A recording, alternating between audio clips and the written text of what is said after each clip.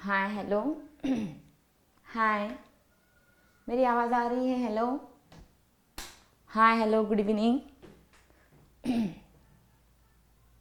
Hello. हाँ, okay चलिए, तो आज का हमारा इस टॉपिक का ये लास्ट वाला सेशन रहेगा। और इस ह्यूमन हेल्थ एंड डिसीज़ का तो लास्ट कुछ सेशन से हमने ड्रग्स को स्टार्ट किया था। Drugs and drug abuse and alcohol abuse के बारे में हमने लास्ट टाइम भी देखा था। तो चलिए इफ़ेक्ट्स ऑफ ड्रग्स और अल्कोहल अब्यूज़ का रीज़न देख लेते हैं। रीज़न तो बहुत सारे हैं, उसको प्रिवेंट कैसे करना है ये भी हम देख लेंगे। एज वेल एज ड्रग्स के बहुत सारे टाइप्स हमने देख लिए, साइकोट्रेलिक, साइकोट्रोपिक, हेलुसिनोजेंस कौन से होते हैं, स्टिमुलेंट, ट्रांसक्विलाइजर्स, ओपियोइड ड्रग्स कौन से होते हैं, बहुत सारे, कैनाबिस। ठीक है, तो चलिए ड्रग्स लेने के बाद उस ह्यूमन बीइंग का जो भी बिहेवियर है वो कैसे क्रिएट होता है वो हम देख लेते हैं। ठीक है, ओके चलिए। ड्रग्स अगर वो ले रहा है तो उसका जो बिहेवियर है वो रेकलेस बिहेवियर हो जाता है। इस पर अब तक कोई तो क्वेश्चन नहीं आया है। एंड वैंडलिज्म, तो चलिए रेकलेस बिहेवियर मतलब बहुत ही शार्प बिहेवियर होता है, बहुत ही उसका बिहेवियर आपको बहुत ही हार्ड या रूड सा बिहेवियर लगता है।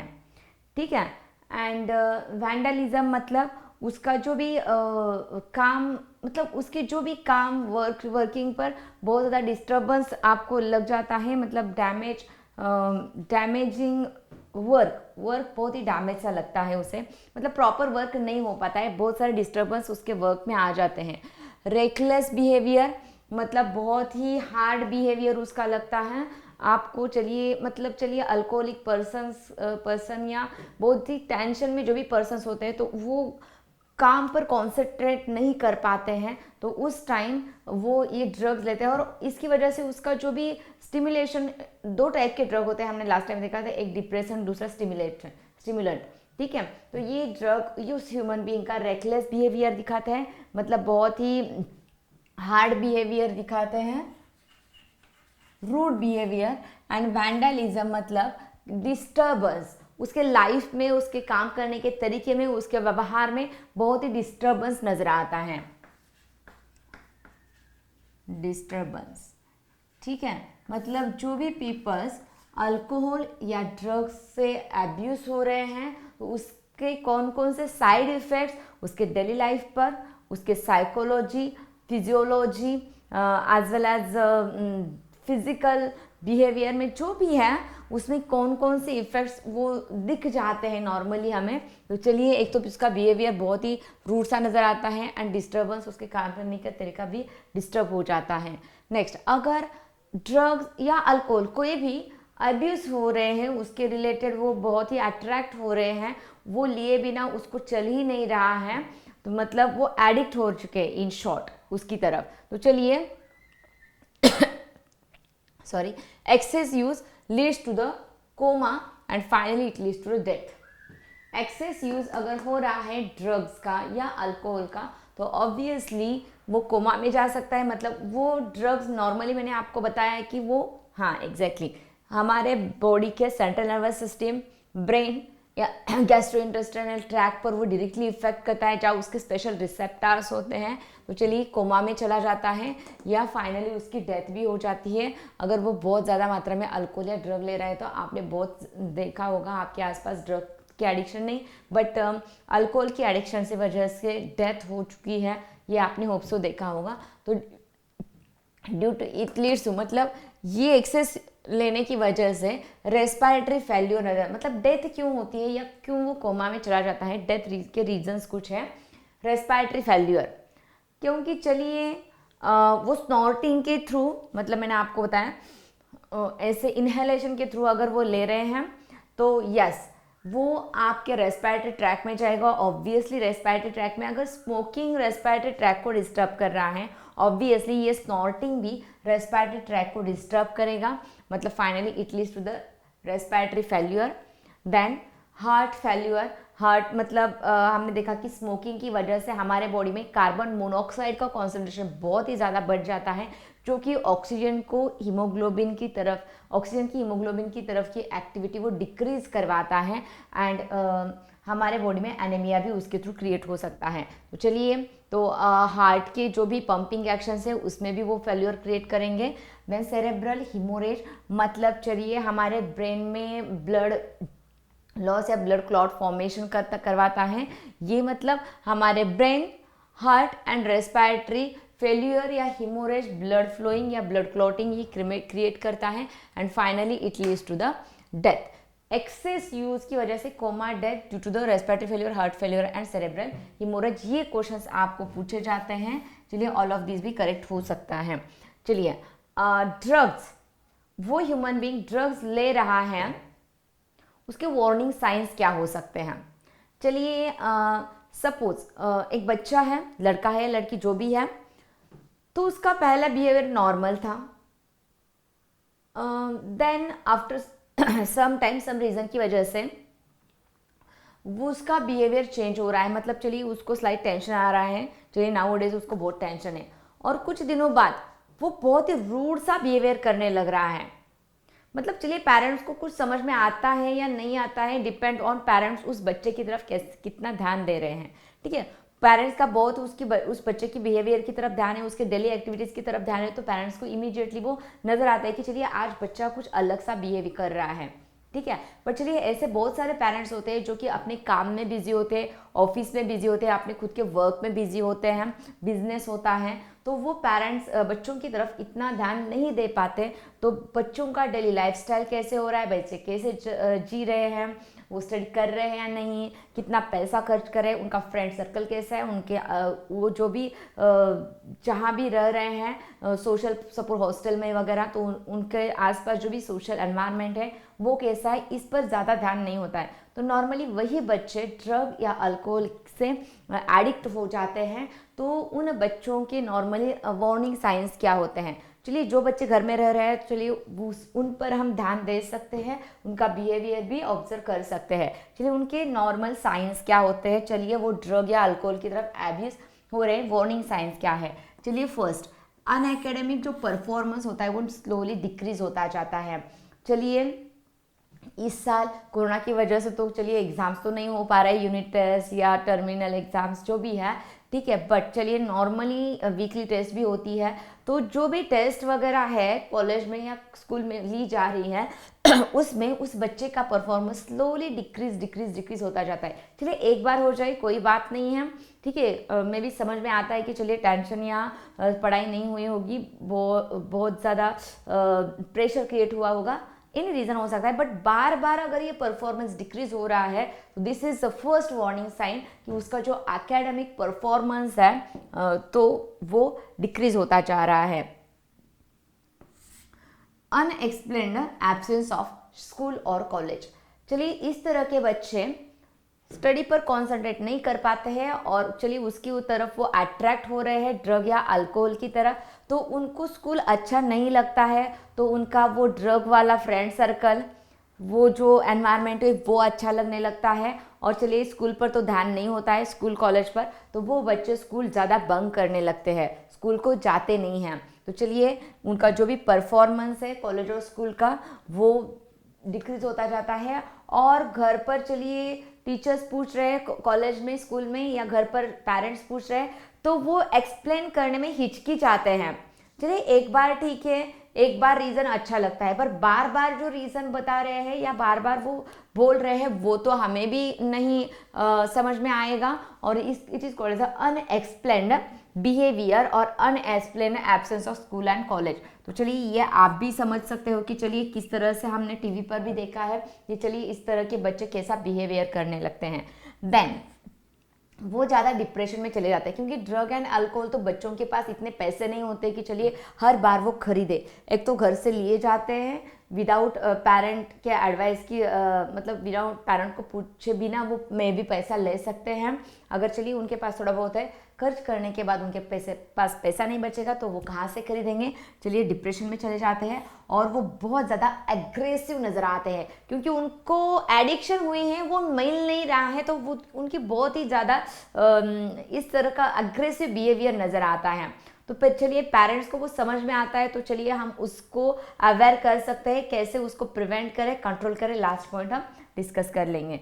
ठीक है, deteriorating and relationship. Deteriorating relationship मतलब उन घर में जो भी रिलेशनशिप है विथ देयर फैमिली, तो वो बहुत ही रूड सा बिहेवियर करने लगते हैं। चलिए पापा मम्मी के साथ उसका बहुत ही अच्छा रिलेशन था, बट चलिए पापा मम्मी उसे पैसा नहीं दे पा रहे हैं, तो चलिए उनके साथ भी वो जो रिलेशन है वो डिस्टर्ब होता जाता है, उनके साथ भी वो रूडली व्यवहार करने लगता है। डिटेरियोरेटिंग रिलेशनशिप में डिस्टर्बेंस क्रिएट होता है।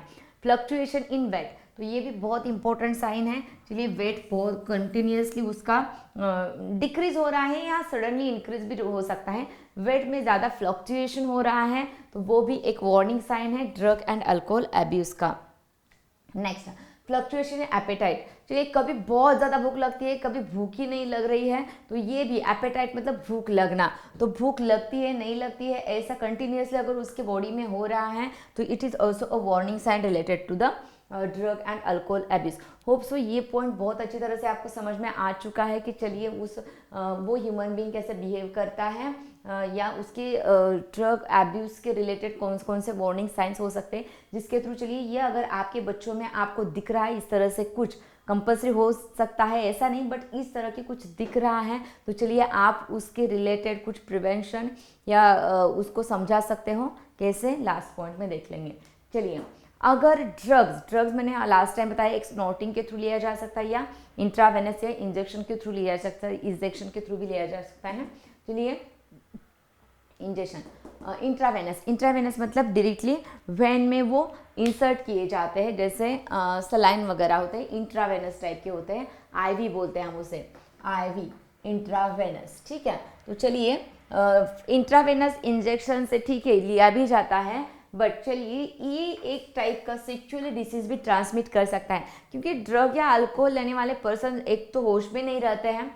चलिए एक ने लिया, चलिए वही सिरिंज नीडल दूसरे ने ली, तीसरे ने ली, चौथे ने ली, और वो ड्रग्स के नशे में क्या करते हैं उनको ही पता नहीं होता है।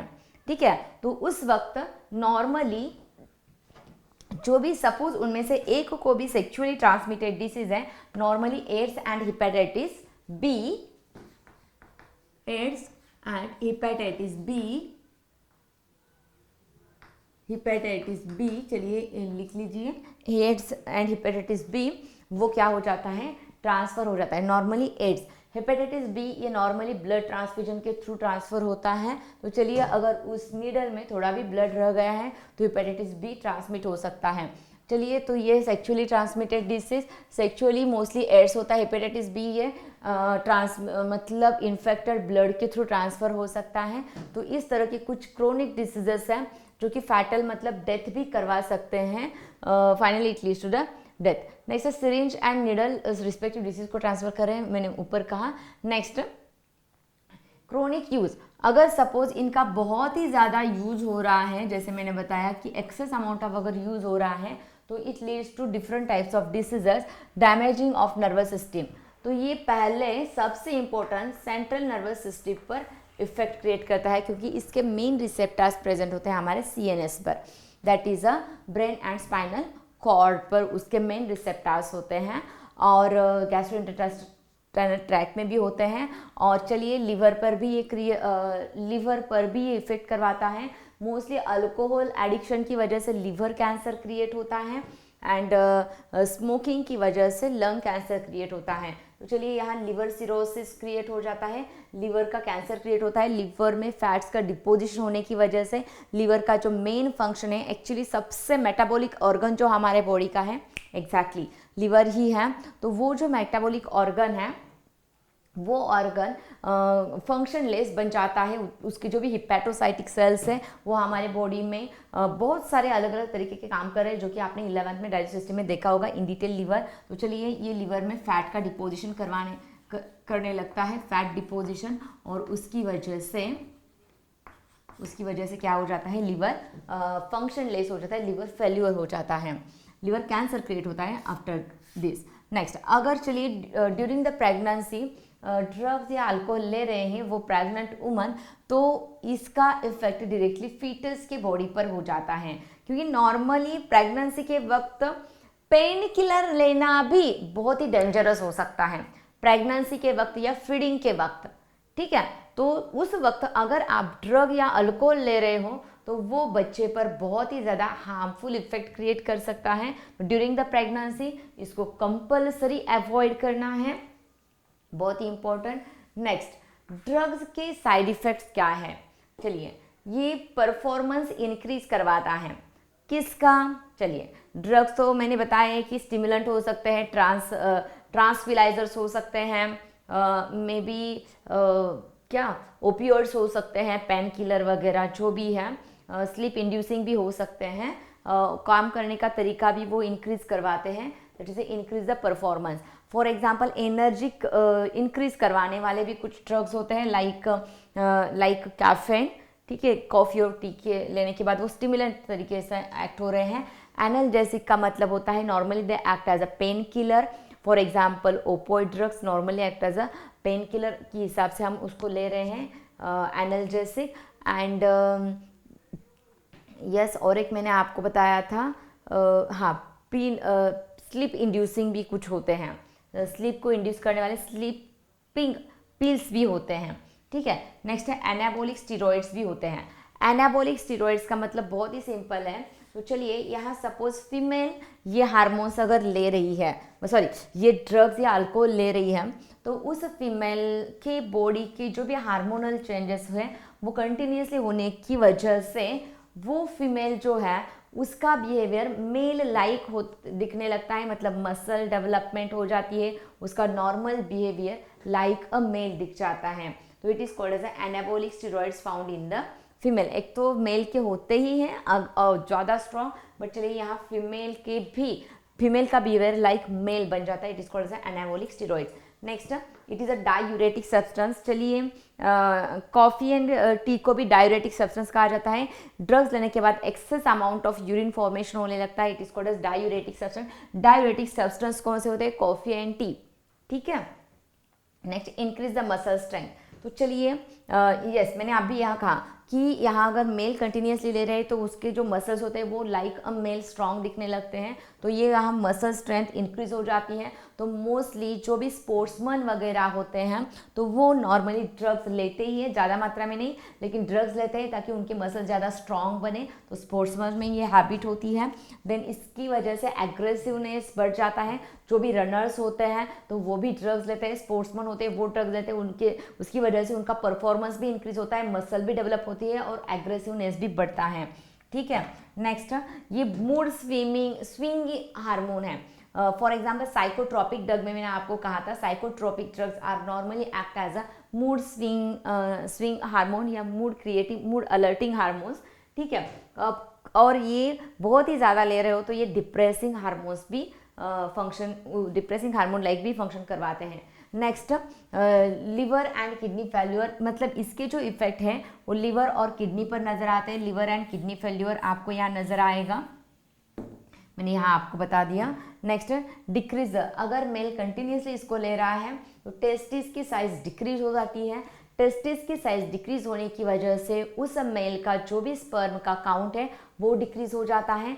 स्पर्म काउंट के साथ साथ स्पर्म इमोटाइल भी हो जाते हैं, मतलब फाइनली वो जो मेल है वो sterile, finally it leads to the sterile male. मतलब अगर टेस्टिस की साइज ही कम हो रही है तो स्पर्म का काउंट भी ऑटोमेटिकली कम हो जाएगा, टेस्टोस्टेरोन हार्मोन का सिक्रीशन भी कम हो जाएगा, स्पर्म की मोटिलिटी भी डिक्रीज होती जाएगी and finally it leads to the sterile male. Next, या प्रोस्टेट ग्लैंड की साइज जो है वो इंक्रीज हो जाती है। Size of the prostate gland get enlarged, prostate gland की साइज एनलार्ज होती है। Prostate gland this part is again आपने देखा होगा ह्यूमन रिप्रोडक्शन के वक्त, यस, प्रोस्टेट ग्लैंड ये मेल का पार्ट होती है, तो प्रोस्टेट ग्लैंड की साइज एनलार्ज हो जाती है। तो these are the different effects occurs after the taking drug, may be male may be female, जो भी है एक बार रिवाइज कर लेते हैं। ड्रग लेने के बाद परफॉर्मेंस इंक्रीज हो जाता है, लाइक स्पोर्ट्समैन हो या रनर्स जो भी है। देन एनाल्जेसिक होता है, पेन किलर के हिसाब से ये काम कर रहा है। फीमेल में एनाबोलिक स्टेरॉइड का काम कर रही है, डायरेटिक सब्सटेंस है। इसको लेने के बाद कंटिन्यूस नॉर्मली बहुत ज़्यादा मात्रा में यूरिन फॉर्मेशन होने लगता है। नेक्स्ट मसल स्ट्रेंथनेस बढ़ जाती है, high amount of aggressiveness, mood swinging होते हैं ये ड्रग। डिप्रेशन भी क्रिएट करवाते हैं, किडनी और लिवर पर इफेक्ट करा रहे हैं। देन टेस्टिस की साइज डिक्रीज करवा रहे हैं, sperm count also decreases, and finally prostate glands की साइज वो एनलार्ज करवा रहे हैं। These are the different types of problems जो कि अल्कोहलिक या ड्रग एडिक्टिंग मेल या फीमेल पर्सन्स को या चाइल्ड्स को मे बी ये हो सकते हैं। Effects on drug and alcohol abuse, ये हमारा पार्ट यहाँ खत्म होता है। अब लास्ट पार्ट बचेगा, प्रिवेंशन एंड कंट्रोल कैसे करें। Last part, prevention and control.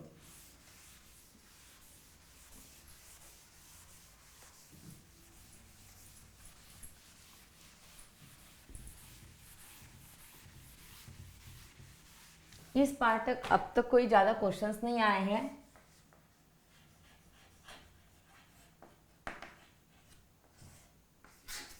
Prevention and control, ठीक है। First, peer pressure, avoid undue peer pressure, avoid. First, सब कुछ हमें पता है, undue peer pressure.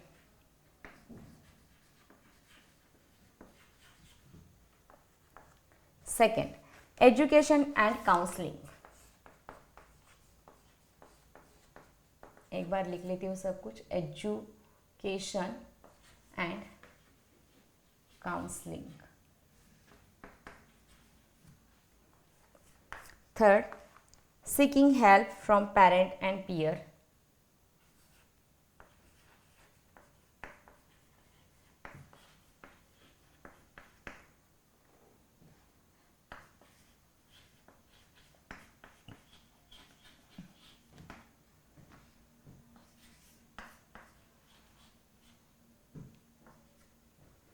And fourth, looking for danger sign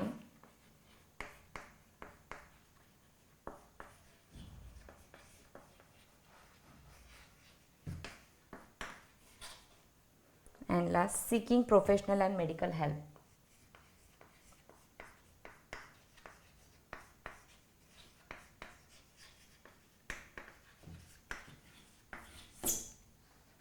And medical help.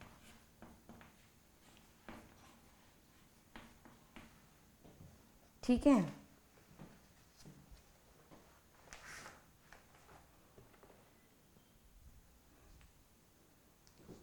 Okay, तो लास्ट पॉइंट इस topic का सभी को पता है, खाली ये वर्ड जो है वो नीट के एमसीक्यूज के लिए आपको ध्यान में रखना है। First, avoid undue peer pressure.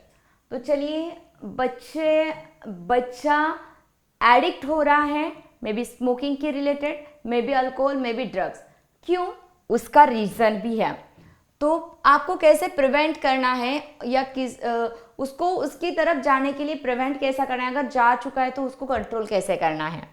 Prevention पहले ही होते हैं, पहले ही करना होता है। चलिए, नाउअडेज हम करते हैं प्रिवेंशन किसके अगेंस्ट, कोरोना के अगेंस्ट। कोरोना, चलिए हमें बाहर तो अब जाना ही पड़ता है, there is no any chance, क्योंकि अब तक बहुत महीनों से हम घर में बैठे थे, लेकिन अब हमें काम को जाना है, कुछ खरीदने को जाना है, बाजार का सामान लेना है, बहुत सारे काम होते हैं बाहर जाने के लिए। तो चलिए अगर हम बाहर जा भी रहे हैं, बहुत भीड़ में जा रहे हैं, तो हम कौन से प्रिवेंशन लेते हैं, प्रिकॉशन लेते हैं, जो कि हमें वो कोरोना न हो जाए। पता नहीं वहाँ किस किस को है, बट चलिए हम कौन से प्रिकॉशंस लेते हैं, हो न जाए इसलिए प्रिकॉशन क्या लेते हैं, एग्जैक्टली मास्क लगाते हैं। बहुत सिंपल वाले 1 लेयर वाले नहीं, या 95 वाले नहीं है आपके पास, चलिए 2 to 3 लेयर क्लॉथ का मास्क भी आप यूज़ कर सकते हो, वो भी बहुत ही फायदेमंद होता है। देन चलिए, ईच दुकान में नाउअडेज सैनिटाइजर प्रेजेंट है, तो वो भी लगाते हैं। उसका मेन फंक्शन क्या है, चलिए वो वायरस भी है, तो अब वो सैनिटाइजर उसको किल करता है, उसकी वॉल को ब्रेक करता है, उसकी प्रोटीन कोड को डिसॉल्व करता है। ये तो हमें पता ही है, ठीक है। तो चलिए प्रिवेंशन कर रहे हैं और उसको चलिए हो भी गया है एडिक्शन, तो कंट्रोल कैसे किया जाए। चलिए prevention, avoid undue peer pressure. तो चलिए बच्चे पर बहुत सारे पेरेंट्स ऐसे होते हैं कि बहुत एक्सेस अमाउंट ऑफ केयर करते हैं, केयर भी करते हैं और उस पर प्रेशर भी बहुत ज्यादा डालते हैं आजकल के पेरेंट्स। पहले नहीं ऐसा था, ठीक है। आजकल के पेरेंट्स को ऐसा लगता है कि चलिए नेबरिंग का बच्चा बहुत ही होशियार है, वो पहला नंबर आ रहा है, आपका बच्चा 80% है और वो 99% है, तो आपके बच्चे को 80 से 99 कैसे लेकर जाए, ये आप उस बच्चे पर कंटिन्यूसली प्रेशर क्रिएट करवाते हो। चलिए उसको डॉक्टर बनना है, लेकिन MBBS ही बने, MD बने, ये आपकी इच्छा रहती है। तो इस तरह से आप उसको access amount of pressure create करवाते हो। एक्सेस अमाउंट ऑफ केयर भी बच्चे को ड्रग या एडिक्शंस की तरफ ले सकती है। तो चलिए, तो avoid undue peer pressure, access amount of जो भी प्रेशर आप बच्चे पर डाल रहे हो तो वो सबसे पहले अवॉइड करना है, एक्सेस केयर भी अवॉइड करनी है। एजुकेशन एंड काउंसलिंग, चलिए अगर बच्चा उसकी तरफ अट्रैक्ट हो भी गया है, आपको वो समझ में आ भी गया है, लास्ट टाइम मैंने आपको वार्निंग साइंस बताए थे, तो चलिए तो उसके रिलेटेड एजुकेशनल काउंसलिंग देना बहुत ही जरूरी होता है। चलिए आपकी नहीं सुन रहा है तो काउंसलर्स भी होते हैं, तो उनकी साइकोलॉजी के काउंसलर्स भी होते हैं, तो उन काउंसलर्स के थ्रू आप उसका माइंड सेटअप करवा सकते हो, या एजुकेशन के थ्रू भी आप उसको एक टाइप का आप खुद भी काउंसलिंग करवा सकते हो अगर आपका बच्चा आपकी सुन रहा है तो, ठीक है। एजुकेशनल काउंसलिंग आप इजीली उसका करवा सकते हो, ठीक है। नेक्स्ट मतलब चलिए अगर आप ऐसे समझा सकते हो, चलिए आराम से बैठने दीजिए उसको भी, आपको भी। पहले नॉर्मल बातें कीजिए, देन स्लोली दूसरे बच्चे का उदाहरण देने के बाद आप उसे इनडायरेक्टली समझा सकते हो, चलिए वो बच्चा ऐसा था, वो ड्रग लेने की या अल्कोहल लेने की वजह से वो खुद की लाइफ बर्बाद कर चुका है, घर वालों को भी बहुत टेंशन क्रिएट हो रहा है, मतलब उसकी फैमिली पूरी डिस्टर्ब हो चुकी है उस एक बच्चे की एडिक्शन की वजह से। तो इस तरह से आप इनडायरेक्टली बहुत सारे एग्जाम्पल दे सकते हो, पिक्चर का, फिल्म का कोई एग्जाम्पल दे सकते हो, बहुत सारे, जैसे आपको लगता है कि चलिए आपका बच्चा जिस तरीके से सुन रहा है उस तरीके से आप उसका काउंसलिंग करवा सकते हो, ठीक है। Seeking help from parent and peers, seeking help from parents and peers, okay. चलिए आपका बच्चा अगर आपकी नहीं सुनता है तो चलिए आपके फ्रेंड सर्कल से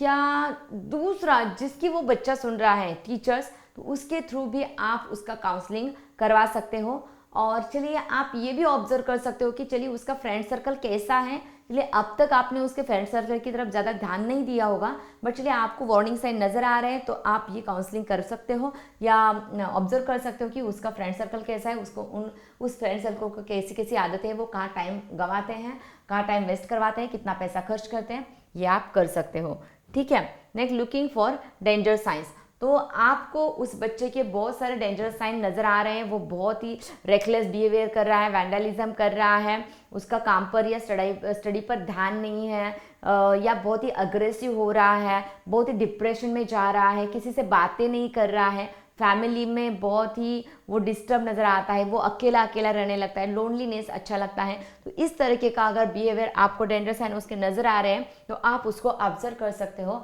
और finally seeking professional and medical help, और अगर वो आपकी काउंसलिंग के थ्रू भी नहीं सुन रहा है तो फाइनली आप उसका मेडिकल चेकअप करवाने के बाद उसको अगेन विद डॉक्टर आप उसका काउंसलिंग करवा सकते हो। तो फाइनली ये सबसे प्रोफेशनल मेथड होती है काउंसलिंग की, तो उसके थ्रू आप इसको कंट्रोल में ला सकते हो। तो चलिए अलग अलग तरीके होते हैं बच्चे को कंट्रोल में लाने के लिए, इन सभी की ज़रूरत भी नहीं पड़ती। अगर आपने उस बच्चे को पूरी तरह से पहले से ही ज़्यादा कंट्रोल में नहीं रखना है, उनकी भी बातें जान लेनी चाहिए, एक फ्रेंडली बिहेवियर उनके साथ रखना चाहिए, एक्सेस पैसा भी नहीं देना चाहिए उनको, अगर दे रहे हो तो उनका जो भी वो कहाँ खर्च करते हैं, कितना खर्च करते हैं, उनको कितने पैसे की ज़रूरत है, चलिए इतना आप अगर उनको प्रोवाइड कर रहे हो तो चलिए बच्चा कभी भी एडिक्ट नहीं होगा। आप उस पर डिप्रेशन नहीं डाल रहे हो, उसकी सभी बातें सुनना चाहिए ऐसे भी नहीं, बट चलिए वो एडिक्ट न हो जाए इस तरह के का आपकी फैमिली में एक फ्रेंडली बिहेवियर रहना चाहिए, ताकि बच्चा डिप्रेस भी है तो आपके साथ बातें कर सकता है, आपके साथ वो सब कुछ टेंशन शेयर कर सकता है। अगर ऐसा है कि वो आपके साथ टेंशन शेयर करता है तो वो कभी भी एडिक्ट नहीं होगा इस तरीके के हार्मफुल एब्यूज़ के लिए। ठीक है, तो चलिए ये टॉपिक हमारा यहाँ खत्म होता है। ड्रग्स के बारे में हमने बहुत कुछ जान लिया। तो ड्रग्स पर इस पर तो अब तक कोई क्वेश्चन नहीं आया है, बट ड्रग्स के बारे में प्लांट, किस प्लांट के पार्ट से वो आइसोलेट किया जाता है, कौन कौन से ड्रग्स हैं, उसके नाम, कौन से स्टिमुलेंट है, कौन सा एनाल्जेसिक है, कौन से pain killer that is sleep inducing है, तो ये बहुत पूछा जाता है, तो वो आपको ध्यान में रखना है। और मैंने आपको बताया कि 5 2 स्ट्रक्चर एंड 3 प्लांट के नाम दिए गए हैं। चलिए, ओपोइड प्लांट दिया है, देन कैनाबेलिज्म दिया है, कैनाबिनॉइड्स दिया है एंड धतूरा का दिया है, और 2 नाम दिए हैं, मॉर्फिन का एक स्ट्रक्चर दिया है और कैनाबिस का एक स्ट्रक्चर दिया है। करेक्ट, कैनाबिनॉइड्स का स्ट्रक्चर दिया है। तो ये 2 स्ट्रक्चर्स ध्यान में रखना है, प्लस 3 प्लांट। तो इतना ही काफ़ी है ड्रग्स एंड अल्कोहल एब्यूज के लिए। तो चलिए, ये टॉपिक एज वेल एज ये पॉइंट हम यहाँ ही खत्म करते हैं। नेक्स्ट सेशन में हम दूसरा न्यू टॉपिक लेकर आ रहे हैं, बहुत ही इंटरेस्टिंग। तो चलिए, नेक्स्ट सेशन में प्रेजेंट रहना है। तब तक इस सेशन को देखना है, लाइक करना है, शेयर करना है और कमेंट डालना मत भूलिएगा। चलिए, बाय ऑल ऑफ यू।